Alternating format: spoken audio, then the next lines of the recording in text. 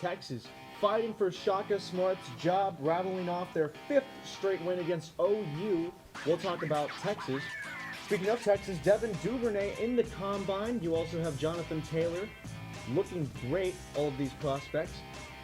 And Snacks, the birth of a legend, pulling up from Curry Range. We got all that and more on the 1-0 Sports Show. Texas finally 1-0, finally riding for the brand, although Tom Herman did say they were 1-0 10 times last season. Feinbaum, I'll give him like half a point. Dude, you like Feinbaum way too much. Yeah, all right. I'm like You're I'm the Feinbaum of this show.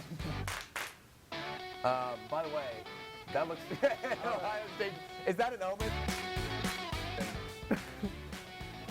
Give me that Longhorn hat. Oh man!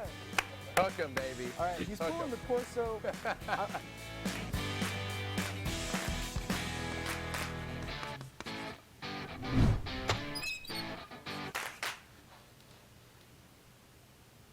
Welcome into the 1-0 Sports Show. I'm your host, Robert Trevino, joined alongside our two analysts. We have Raul Rodriguez. On my right, Hello. Raul, how are you doing? You doing all right? Doing good. And then on my left, Henry Corwin. That's right. I am Henry Corwin. You are Henry Corwin. Yes. We got it switched up a It's little okay. bit, but it's okay. No So big if deal. for Hey, one you of them viewers at mentality, home, right? Exactly. just Yeah. flip it in your mind, and we'll all be good. right. Thankfully, they got my name right, so we're gonna move on.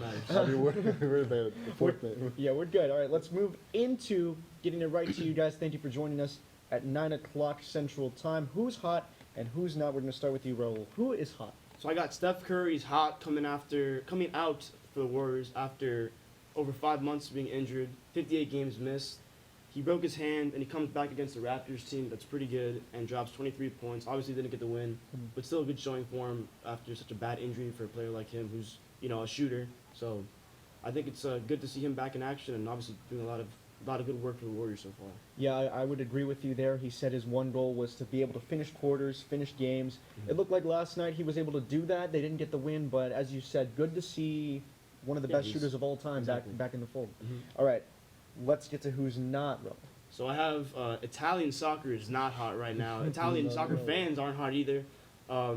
Word has been going around that obviously Italian soccer has banned fans from going to the games because of the coronavirus. Italy is the epicenter for the virus in Europe. So obviously soccer fans aren't happy. They can't go see their players play. And I'm sure the teams aren't happy because they won't have full stadiums to go watch or to go get full when they play against the big rivals. A lot of big teams are in Italy, so it's not looking good for Italian soccer fans. Yeah, not looking great. I was telling y'all earlier before the show that if they did the same thing with the NCAA tournament, Texas would have an unfair advantage playing in front of empty stadiums. All right, apart from dissing Texas basketball, let's get to you, Henry. Who's hot? Oh, who's hot? I got Max is Nice on Twitter and Instagram. Have you seen this guy? Yeah. He does unbelievable NBA impersonations. I don't know if we're gonna see one, but yeah, this Zion Williamson one. Oh my God, that's hilarious. Like for me personally, one of my favorite forms of humor is impersonations. I love when people do impersonations of me.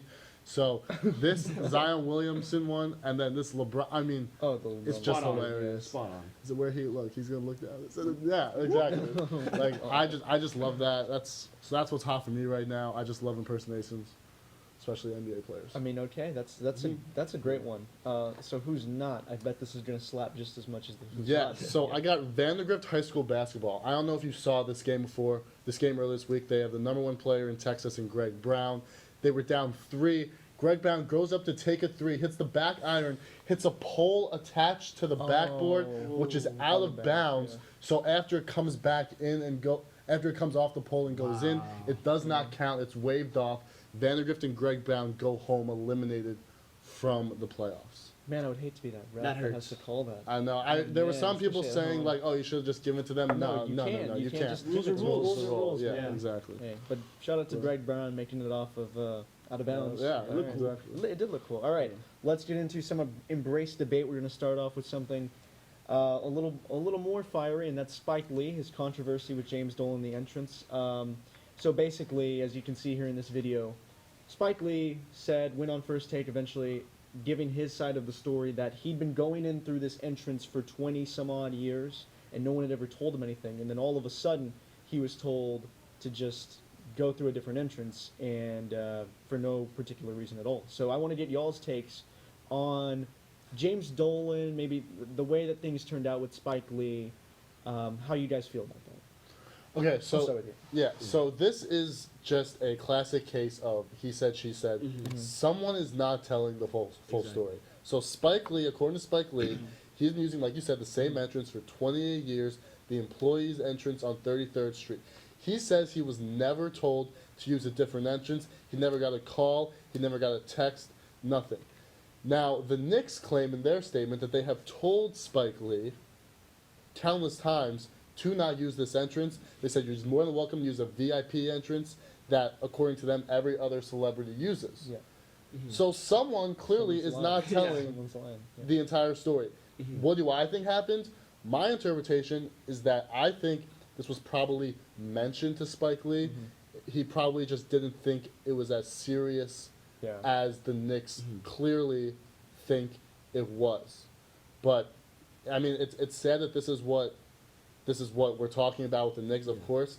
But for this point specifically, if the Knicks have told Spike Lee multiple times, do not use our employee entrance, I have to side with the Knicks and Dolan because that's fair. Don't use you're not an Yeah. employee. Don't use the employee entrance. But I do think I'm sure it's not as clear cut as that. Yeah. It's probably something in between. So I think it's just a messy situation. But it's sad that this would happen to maybe the best Knicks fan in the city. Yeah, I would agree with you there. Also, there's a precedent, though. If you don't tell them not to use that entrance for like 20 years, and then all of Right. a sudden, that could be a little jarring. All right, but let's get to you, Raul. Well, What do they you said like it was like the workers' entrance. That's what I heard when I was reading about it. And so obviously, yeah, if he's been using it for 20 years and or 30 years, if he starts using it, they're not gonna really tell him anything. I just think the whole situation's kind of flawed for both parties. Spike Lee, obviously a huge Knicks fan. He wants to go to the games. The organization, this whole thing has just been a big mess. He's not gonna want to go to. He says he doesn't want to go to the games anymore. And obviously the Knicks, they're losing their biggest super fan, and the Knicks don't really have much to brag about this season. So for them to lose Spike Lee is not the best look for them. I think they could have handled it better on both sides. Obviously, James Dolan can do a good job about, reconciling with Spike Lee. Spike Lee has to realize that if this is a worker's entrance, that he can't go through. So I think this is gonna be a long thing for them. I feel like after this season it might blow over, but for now, Yeah. not really much to say. Yeah, and it's kind of tough to like knock one of your biggest fans of all Yeah. time, especially when you haven't won a title Yeah. since the 70s. All right. Yeah. Speaking of, we're talking audiences, we're going to move to Italy, what we brought up earlier. Now we're going to embrace debate about it. So Italy, as we said, now playing sporting events with no crowds, especially soccer. So the question is, coming back to the States, what should the NBA do if the coronavirus spreads throughout the U.S. during the playoffs?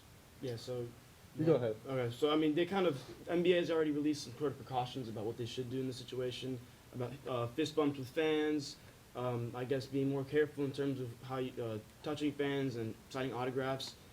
If it gets to the point where the USA is a lot more affected by the coronavirus, I think what they're going to have to do is similar to what Italy's done, and just remove fans from the game so that they're still making money, players are still playing, you still have the league going on, but obviously that's going to be a huge loss for the league because you're losing fans in the stadium. That's the last thing they want to be able to do, but I think that's going to be the only option. And right now, luckily, the USA hasn't really had too much of an issue with the virus, but cases are increasing by the day.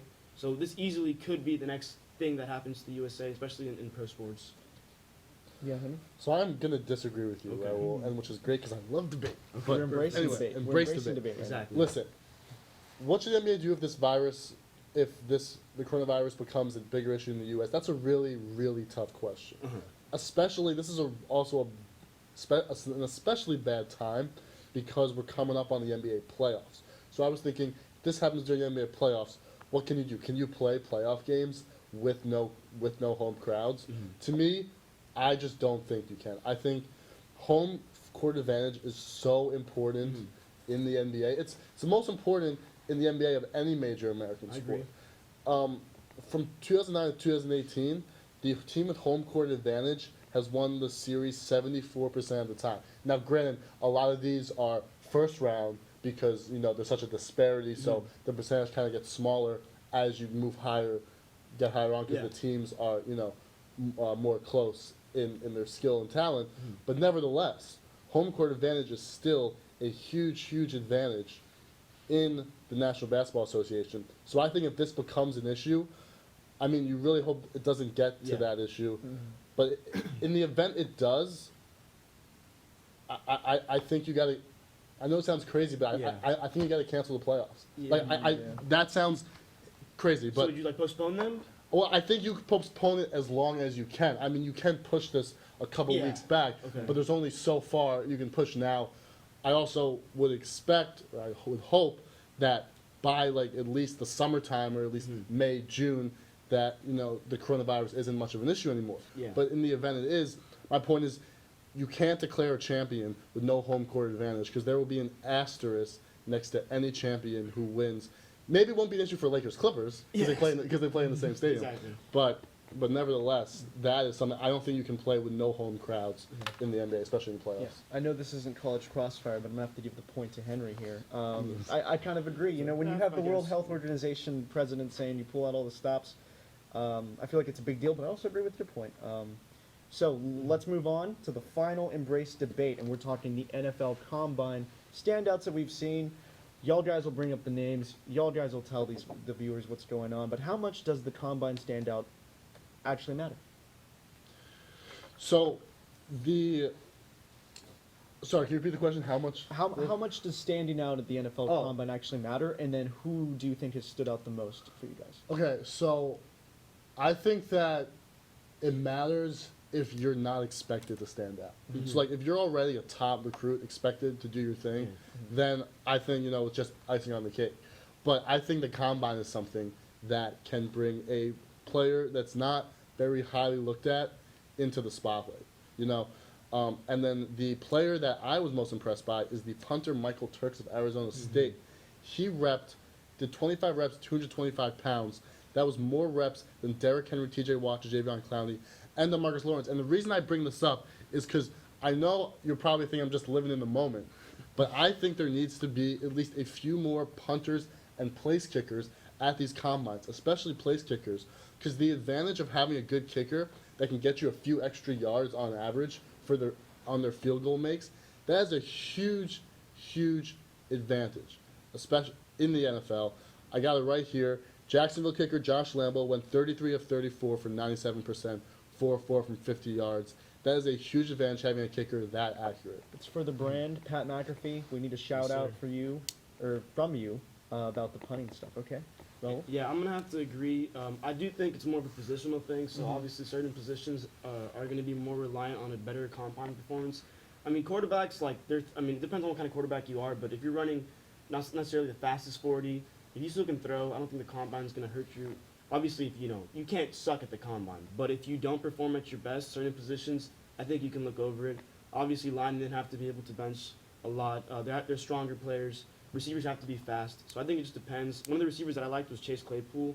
He ran a fast 40 compared to what he was expected to as a bigger body. He ran a 4.42, and he benched 19. He was expected to be like a tight end in the NFL, but this kind of cemented himself as like, okay, he could be a receiver. I think he really stood out at the combine as one of the standouts, even though his position is more of a speed-based.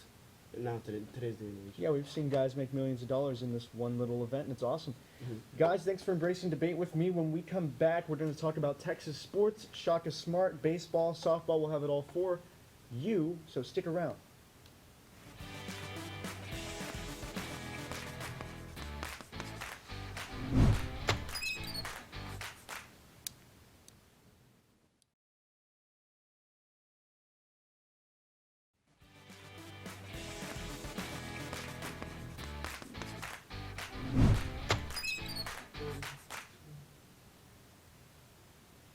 Welcome back into the 1-0 Sports Show. I'm your host, Robert Trevino. Again, joined alongside Raul Rodriguez and Henry Corwin. We're talking Texas sports right now. Basketball to open up. So, guys, a month ago, we'd probably be sitting here thinking, why are we talking about basketball? Texas has no chance. Texas goes off and rattles 5 in a row, including over Texas Tech and, as of late, Oklahoma. Will this last?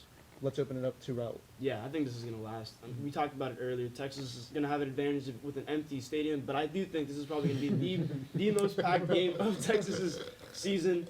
Obviously, coming off a 5-game win streak, last game of the season, looking at a tournament berth. I think they come out against Oklahoma State and really give it to them. I think they're going to get the win and go on to 6 wins. Yeah. Okay, well, so when you say will it last one more game to Oklahoma State? Like, maybe not. But no, I think so. But I wouldn't put it past it to not last. But anyway, will it last moving forward? I'm gonna say no, and the reason I would say that is unfortunately for exactly why Matt Coleman said they've been so good lately. It's because they've had the next man up mentality, where they've had players injured, guys stepping up, and I love that. But the problem is, that can only last for so long because eventually the talent disparity comes out. We always love those stories of these players getting their chance, coming off the bench, becoming key players. Those are stories you remember. We don't hear the other majority of stories where these players come off the bench and just cannot hold their own because of just talent disparity. So I think maybe Texas gets this win against Oklahoma State. We'll probably get to that. We'll get to that later on. However, I don't think that this is going to last in terms of like a run through March Madness. I completely agree with you. All right, so Joe Lenardi saying that Texas, as of right now, is one of the last 4 teams in. So coming up, everybody's saying Shaka Smart, NIT champions, not good enough. And then obviously people thinking he's going to not make the tournament this year, calling for his head. Do you have to keep Shaka Smart now if Texas makes the tournament? Henry, we'll start with you. I think the answer is no. You don't have to keep him. I mean, Well, you don't have to keep anybody. Yeah. Yeah.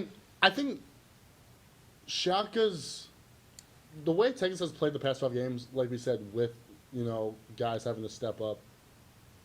This is kind of, I think, where Shaka can kind of excel in that he can make players believe that they're better than they truly are. However, the problem is, I mean, Shaka's never had like an abundance of talent, but I think that at a program like Texas, the stakes may just be a little too high for his type of coaching style. It's kind of the idea where with Brad Stevens in the NBA, he's really good when he can make guys better than they are, but when he has the talent on the floor, he can't always put the pieces together. So I would say no, you don't have to bring him back.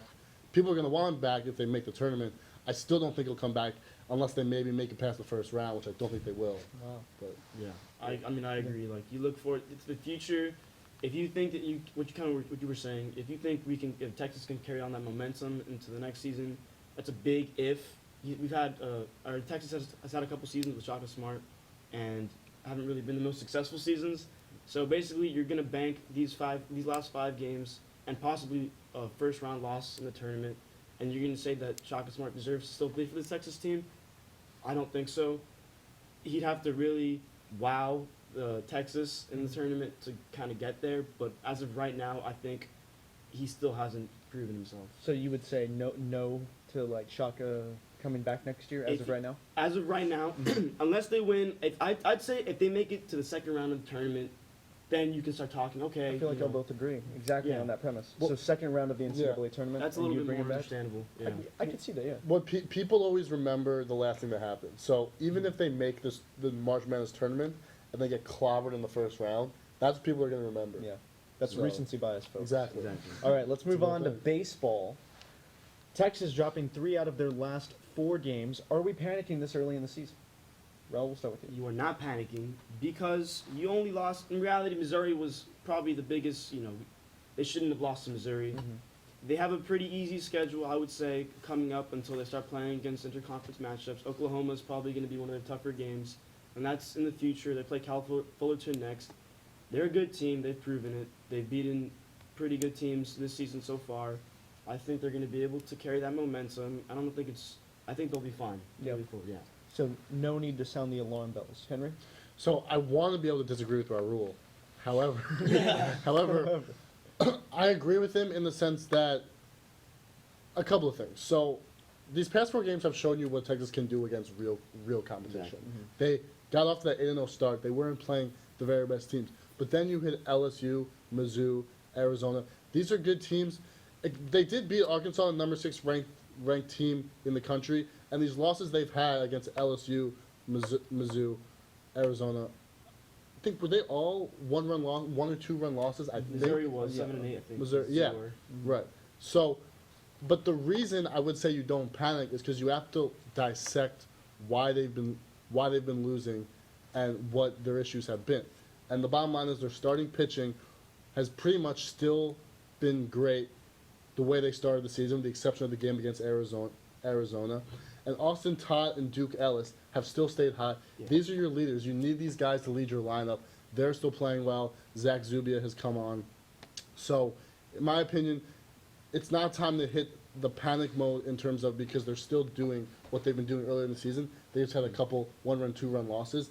However, if it continues to be a habit where they can't close out these games or they keep falling behind early, then you should start panicking. Yeah, and we won't know till later. Like I said, there's still some easier games in the future, but once you start hitting those, I think the Big 12 games are probably going to be the biggest test up until they start facing other tough teams. Yeah, I agree. I mean, they beat LSU last year to start the season. Mhm. We saw what happened. Right. So can never take anything too seriously early in the season.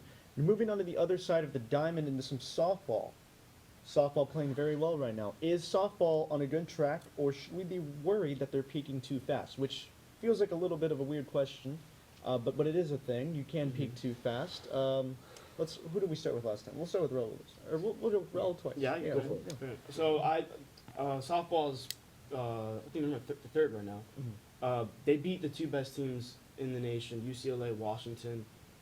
I think they're not peaking too early. When you beat those two teams, no matter what you do, you're in a good position. They don't really, like I said with baseball, their toughest matchups are going to be against Big 12 opponents, Baylor, Oklahoma. They've already proven themselves against opponents who were supposed to beat them. I don't think they're peaking too early. They still have a lot of time, obviously a lot of games to still be played. I think the teams that they have lost to weren't necessarily, they're kind of fluke losses. Fresno State, Louisiana, Duke, not necessarily the most fantastic programs. Obviously losses hurt, but overall they're doing very well and they've played very well. So I'm not worried about them going on throughout the season. Yeah, Henry? So peaking too early is something that sports teams, you can't really solve this issue. Yeah. Because Yeah. what do you want softball to do? Go out Be there and bad. say, we're not going to Yeah. play Yeah, as we're gonna good. lose some games. Yeah, we're Let's going put to make 70%. Let's put exactly. We're going to make a 70%. few errors. We're going Yeah. to drop a few balls. Strike out. So you can't quite control something like this. So I don't think softball should be doing anything differently. The concern, I do understand the concern from this perspective, in that when you peak at the beginning of the season, you can kind of get a little comfortable, maybe a little bored. I don't know if that's the right word, but you know what I mean. And then you can kind of hit a wall in the middle of the season. So I understand the concern with them maybe hitting a wall in the middle, towards the end of the season, which is not when you want to hit the wall. Exactly. You want it to be the other way around. However, I could also see a Texas team peak now and then continue this great run. Now, if you want to be worried that Miranda Ellis has begun to look a little human, then so be it, because I understand she's now hitting a mediocre 409, and her ERA is a whopping Unacceptable. 1.50. Whoa. So I understand. Yeah. I totally understand that concern great. if anyone's concerned about that. But in terms of peaking too early, I get it. But the thing is, there's nothing you can really do to prevent a problem like this. No sports team has ever really been able to solve an issue like this, unless you want to look at someone like San Antonio Spurs, who what they do is they hide their Yeah. Pop hides his like defensive schemes, Until the playoffs, until the right. playoffs. Yeah. That's I understand that, but that's different. Totally You can't really different, do that in a sport like softball. So Yeah. Speaking of peaking, One of Those Sports Show is going to peak at the right time. When we come back, we got questions from the crowd in the locker room. We're going to have Ted Kim. He's standing by. He's going to be with us in the locker room. So stick around. This is the One of Those Sports Show.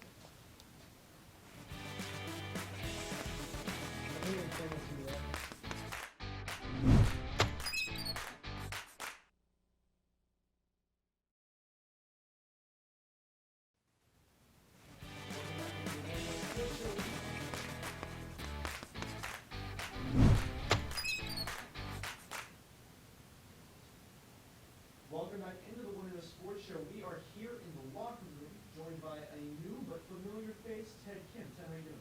I'm doing well, Robert. Thanks for asking. Seriously, yeah. No, for real. I always want to check in on you. See how you're doing. Of course, we got Henry here. I'm not going to ask how you're doing, because you're doing great right now. clearly, All right, so we're back here.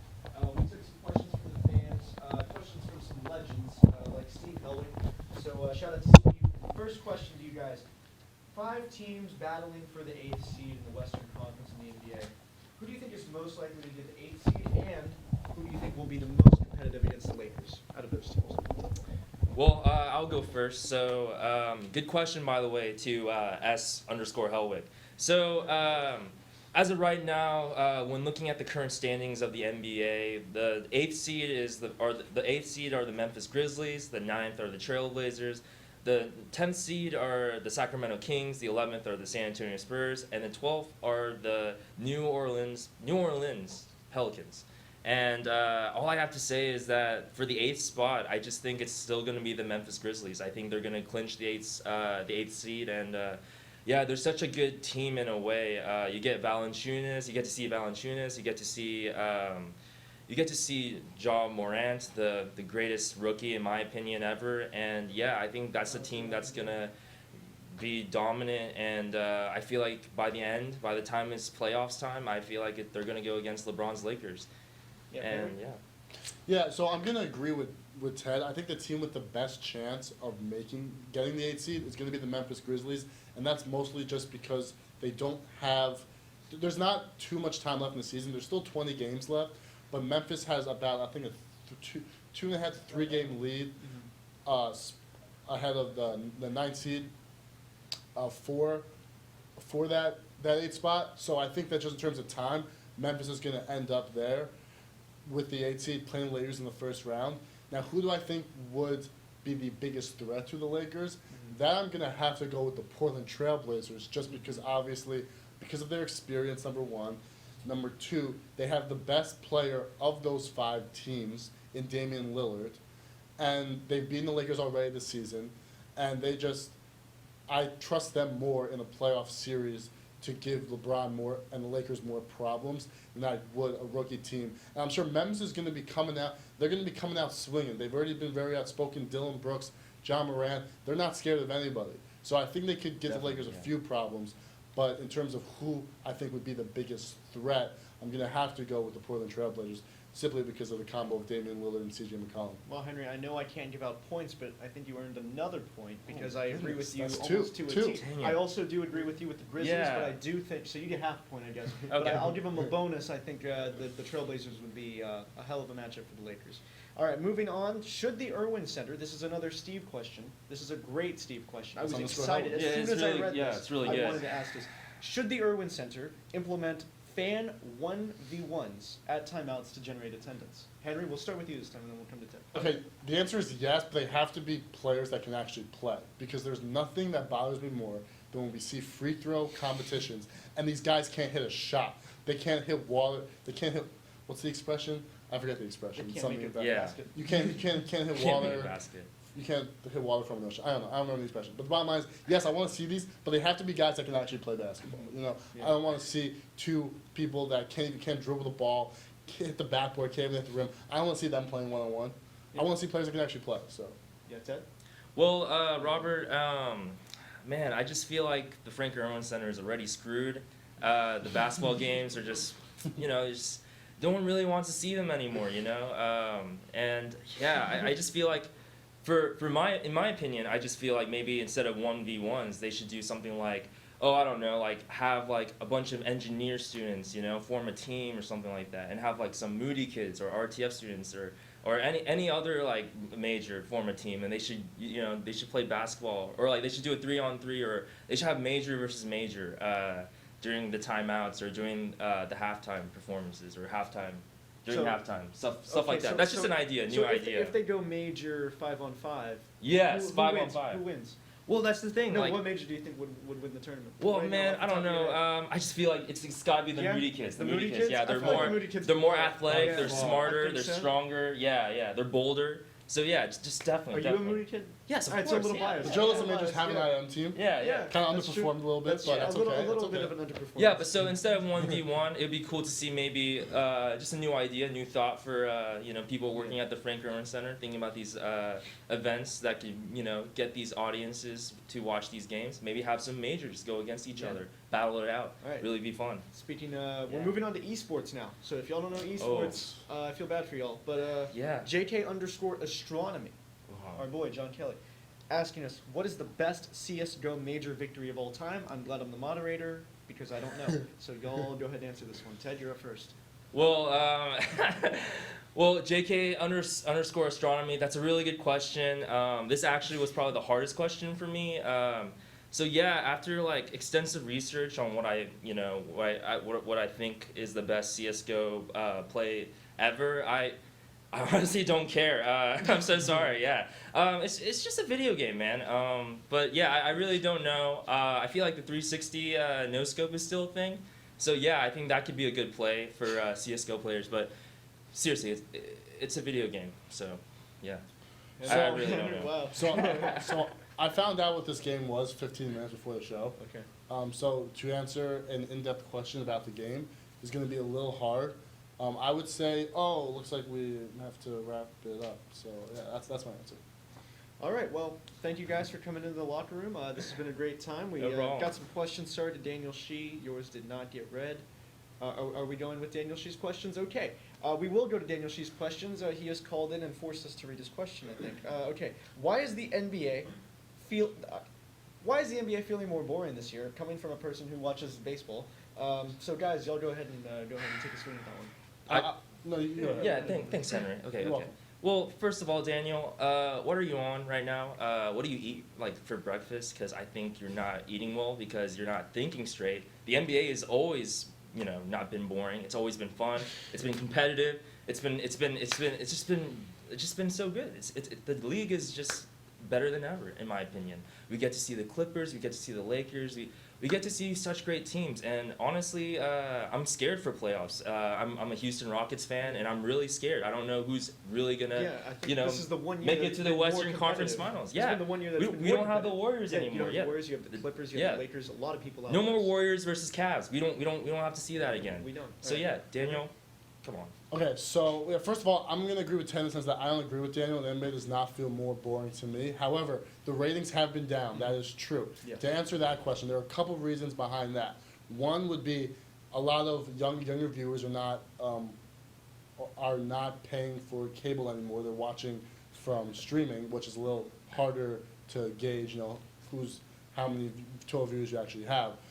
But a second reason, and that people don't want to hear this, the dynasties are very good They are. for the sport. When everyone was complaining about the Warriors being too good, everyone was watching. Everyone was complaining about it still. The ratings were through the roof. Everyone was watching. So the narrative of the Golden State Warriors dynasty, there's no narrative of a dynasty right now in the NBA. Because obviously the Golden State Warriors are not in contention. Whoever wins the championship, most likely this series, it's going to be this season. It's going to be something new. It's going to be Giannis' first championship. It's going to be the Clippers' first franchise championship. It's going to be LeBron's first in LA. So I think that the lack of a narrative of a dynasty is actually part of what some people may find boring, because dynasties are very good for the popularity of sports. Well, I agree with you there, Henry. I would take Ted a little bit in this one because of his passion. Because Yeah, of the fact yeah. that he was screaming at Daniel Oh. Shee. No, I'm with you. I Yeah, like the yeah. intensity. I like the intensity. That's the Yeah. intensity you need in the locker room, and that is the perfect question to wrap it up on. So, thanks for joining us in the locker room, Ted. Great to have you No on. problem. Henry, great to have you with me. We'll see you back at the desk, and you, hopefully, we'll see you after the break. Love this place. Yeah, we love this place here. We're heating it up in the locker room, so stick around. This is the 1-0 Sports Show.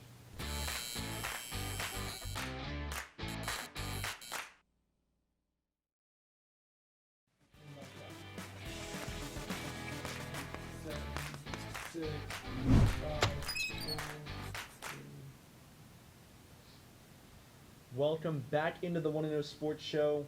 Back here at the desk, I got my sweater back on because no matter how many times I do the green screen, I still wear this green hoodie, so I had to take it off. But we're back, and we're talking about what's trending. Starting off with Anthony, Tony, Rizzo. I don't think that's his middle name. But anyway, let's see the clip. He was mic'd up. Let's check it out.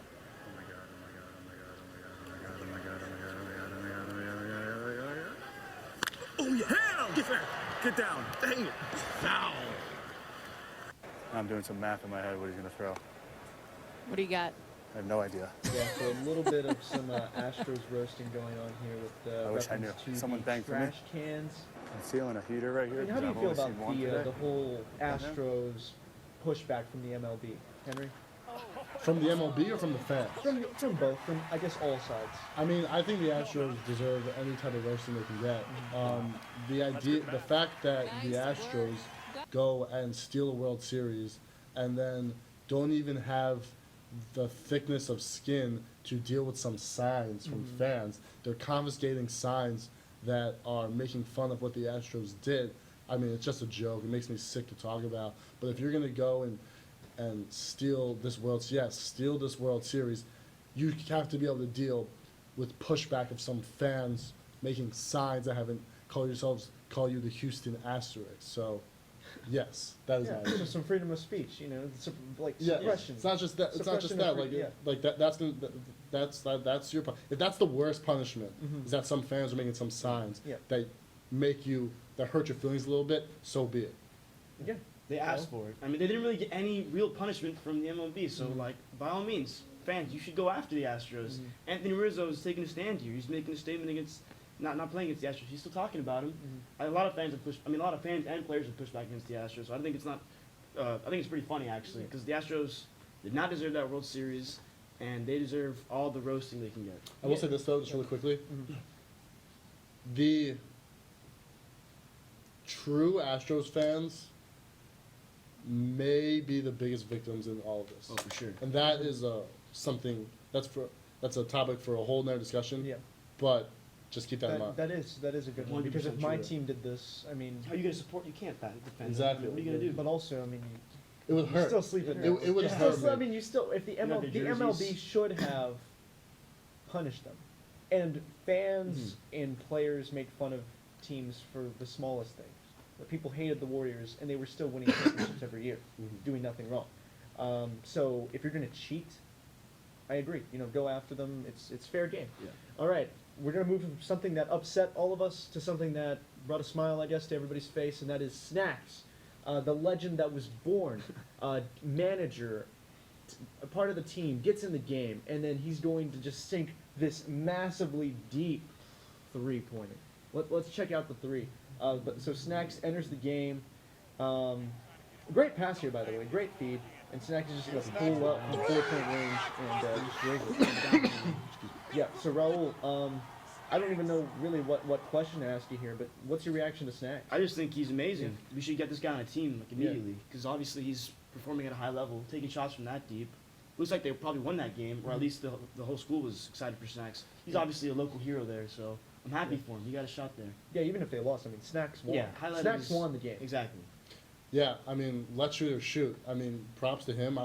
Maybe we should see him in a celebrity all-star game, perhaps. That's what I think. But yeah, no, I mean, great shot. Those moments are always fantastic, and that's a hard shot to make. He didn't make he didn't make a layup or he pulled up from near half court. That's Steph Curry range. Yeah. No, can And we he hit on his can first we see the try. clip again because he pulled it up from deep. I'm sorry if we're gonna. Yeah, I don't know if we can see the clip again, Well- but it was a Yeah. swish, a pure swish. Oh, thanks for the clip. Oh man, look Oh, at yeah. like that's a pure swish. There was And nothing. I think it's his first shot. That was his first shot. Like he walked in the game and then did that. And talk about the clutchness you need to make Yeah, that shot. That's yeah. not a game-winning shot, but that's maybe even yeah. more pressure. Everyone, it's your Yeah. first time in. Everyone's looking at you. Everyone wants you to hit the shot. Yeah. And you You gotta nail make You it. take that He shot of nailed all it. shots. Yeah. You take it from that For far. real, like he didn't like do the little layup. That would have been real easy, is to like Yes. get past somebody Just went. and make a layup, and they would have been like, "Oh well, Snacks scored." But he said, "I don't just want to score. Yeah. I want to shoot it from half court." All right, let's get into Goes something that seems to be a huge deal. Pretty much every 5 years we talk about it. Conference realignment. It's very real, very hypothetical also in the same sense. So, discussing something like a Big 16, a Big 16, if you will. Also, those are both the same thing. So, what is your take on conference realignment? What teams do you think would you like to see in the Big 12? I guess would be a thing. Would you want to see the Big 12 expand? You know, I mean, I think adding new teams would definitely make some things more interesting. Yeah. I personally, that's redundant, would like to see a Texas A&M game again. I don't know if that's going to happen. So if there's a team you can put back in the Big 12, or So then, or who's a whatever team you would conference. take out if you had to sub out? Like, who's the least essential team in the Big 12 that we could Kansas. just get rid of? Kansas. I feel like. But I think for basketball, it's for cool to okay, I keep them guess. in. For all sports, I guess. I guess if you're looking at like the most useless team in the Big 12, Oklahoma State. Oklahoma State. Kansas State. I That's think. hard. I think Kansas State. Yeah, Yeah. nobody's really probably. crying can out all to agree play on- Kansas yeah. State because Kansas, I mean, it's okay, like border war, I Yeah. guess. But Yeah. Sorry, Kansas State. yeah, it's okay. Okay, Kansas State officially, as of right now, has been kicked out of the Big 12. Texas With a A&M committee. moving About time. in, and the SEC They're getting the gone. news. Yeah, Raul, who would you say? I guess we all debated it, but I don't know. I probably would have to something like Texas A&M would probably be the best for the Big 12 just because of that Texas rivalry. I don't know. There's been talks about, like, I know the Pac-12 has been trying to include other teams like Boise State. I know there's other teams that have been trying to. I don't know. I think maybe you got to get teams from the same region probably. So I don't really know if I'd add another team, to be honest with you. I kind of like how the Big 12 spelled up right now. I don't know if I want to make a bigger conference like the Big 16 that's been proposed. But if that did happen, I think it would take away a lot from other conferences like the SEC, the Big 10. So I think keeping it like as it is right now would be fine. Maybe changing up other conferences like the Pac-10, which is kind of a lackluster conference. No offense.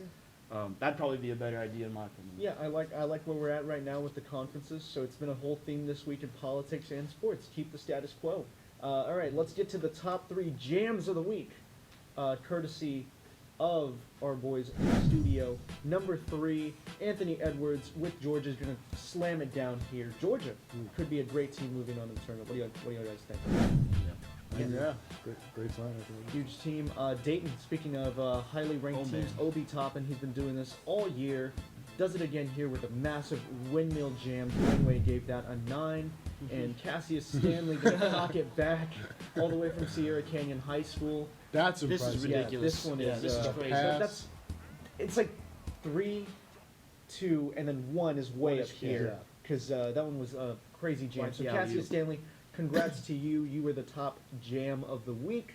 When we come back, we're doing the final section of our show. We're going to get some predictions in, all of the spread picks that you need, XFL basketball, all that. Stick around. The Women of Sports Show is coming back.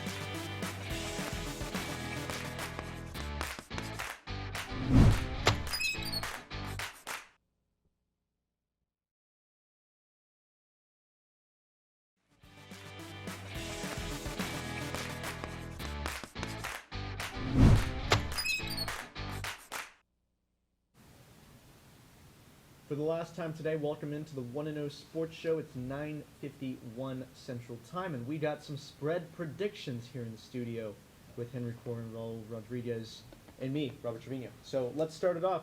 Get right to it. XFL action. The Houston Roughnecks favored by 12 points against the Seattle Dragons. Raul, I'm going to start with you. Who do you have here? For all the H-Towners, I got the Roughnecks beating the Seattle Dragons. PJ Tucker's been really well, been playing really good for the Roughnecks. Seattle's 1-3. It's a home game in Houston. How could you not pick the Roughnecks at 4-0 right now? So I'm going Houston. Yeah, I'm going to agree. I like the Houston home matchup here. I think they got it by 12. Well, I think you're both wrong. I'm taking the Seattle Dragons. Everything you said, Raul, that's exactly why I'm not taking the Roughnecks, because Okay. everything is in their favor. No one's predicting the Dragons to win this game. They're coming out there feel disrespected. Okay. A 12-point underdog. That's over one. That's almost 2 touchdowns. Are you kidding me? So I am taking the Seattle Dragons in this one. That was a little bit 37 to 31. That was a little bit of uncut gems. He's like, do you think you're not going to get 17 rebounds in Game 7? Are you kidding? Okay, let's Great get to the movie. next one. Dallas Renegades at home against the New York Guardians. The Renegades favored by 7.5. Henry, are you going 0 for 2 on Texas teams here? I'm taking New York. Oh, I mean, wow. I have to take Yeah. New York. That's where Yeah. I'm from. The Guardians, you know, they've been playing pretty well. I'm sorry. They played pretty well lately, so I'm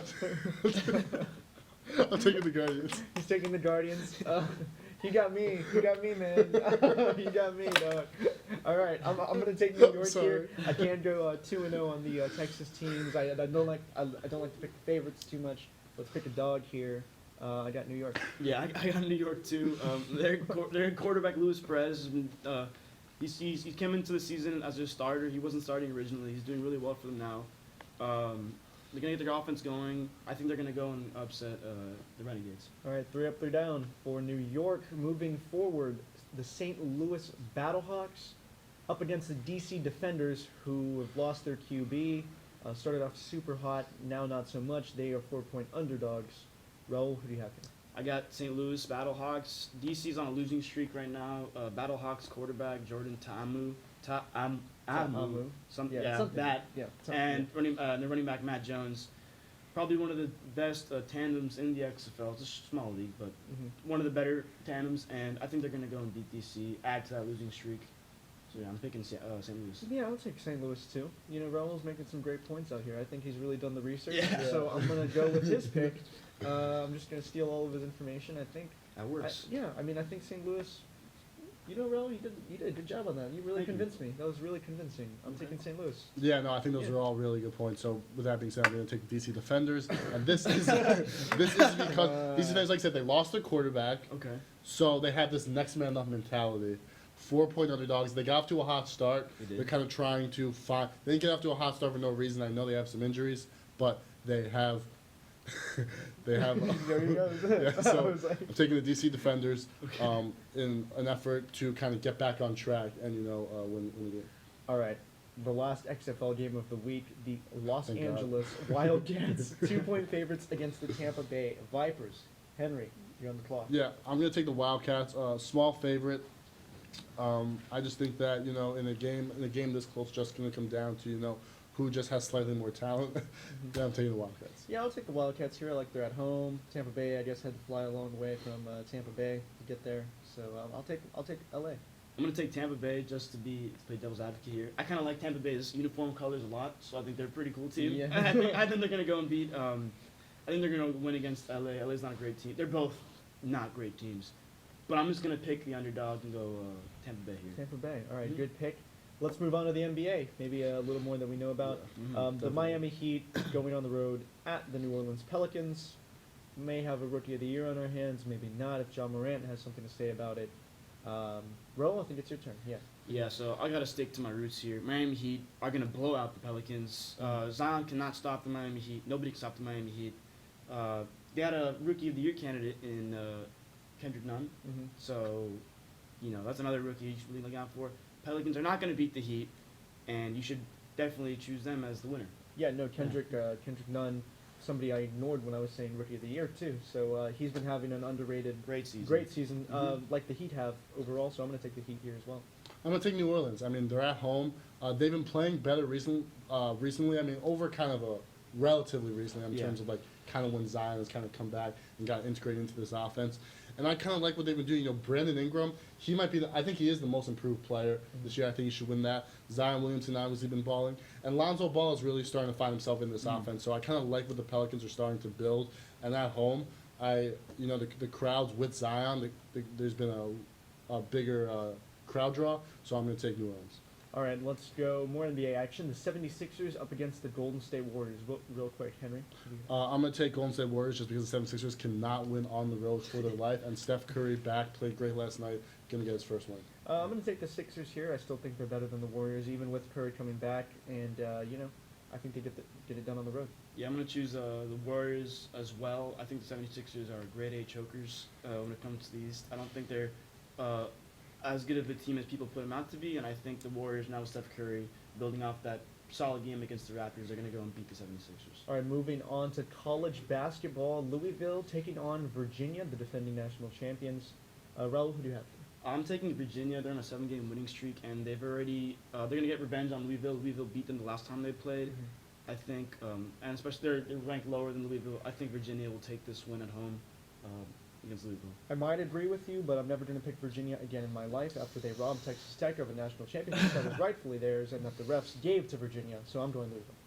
I'm going to go Virginia for, like Raul said, defending national champion. They kind of want to get, on track as they go into tournament season. So I like Virginia in this one. Yeah. Also, I'm not salty about that game at all. I'm not. I can holding tell. any Yeah, I grudges. can Okay. tell. Where, yeah. All right, another great game. Seton Hall at Creighton, a matchup of two top 11 teams. Henry, who do you have? I'm going to take Seton Hall. This is going to be a great game, but I kind of I like Seton Hall on the road here, kind of make a statement to say that, we're clearly the better team. especially going into the tournament. So I like Seton Hall. Yeah, I'll take you there. I like Seton Hall. I think they've got a lot of momentum going right now. They're peaking kind of at the right time, but they've pretty much been good all year. I think Seton I'm going to take Creighton, home game against Seton Hall. They already beat Seton Hall once. I think they're going to be able to defend that win again at home, and I think they're not going to come out as a loser here. All right, two big finishing games. Duke against North Carolina. Duke number 12, North Carolina having a kind of historically bad season under Roy Williams. So who do you have, Raul? I have Duke. Yeah, you said it. North Carolina has not played at the level that they're characteristic of. Duke's gonna play them at home. They're gonna win. They beat them last time again, and I just see it being a close game as they always are against these two teams. But I do have Duke on top. All right, yeah, I agree with you there. I think Duke is playing pretty well, and North Carolina obviously not playing so well this year. So I'm taking Duke. You guys all make great points. I'm going with North Carolina. This is a pride game. Yeah. All that goes out the window. North Carolina doesn't want to get swept by Duke in the series. This is one of the best rivalries of college basketball. North Carolina. All right, the final game with 1 minute to go in our show. Let's get it. Texas versus Oklahoma State. Can Texas finish off the season with a big win? Henry? Texas by 2. Texas by 2. Yes. That's a very bold pick. It's a very specific pick. I agree with your pick. I'm taking Texas, not necessarily by 2, but I think they get it done. I think Texas by 6, at least Ooh, 6. At least 6. I Two- think it's packed, two extra yeah. buckets. Yeah, packed center, packed stadium. OSU is probably one of the worst teams in the Big 12. They're just gonna go. I think they're gonna blow out OSU. Yeah, I agree with you there. Texas looking great. That's the verdict we came to. Texas is going to finish the season with 6 straight wins. Thank you for joining us on your Friday morning. From all of us here in the station, thanks for watching us. Stick around. We'll be back next Friday at 9, same time. This has been the 1-0 Sports Show.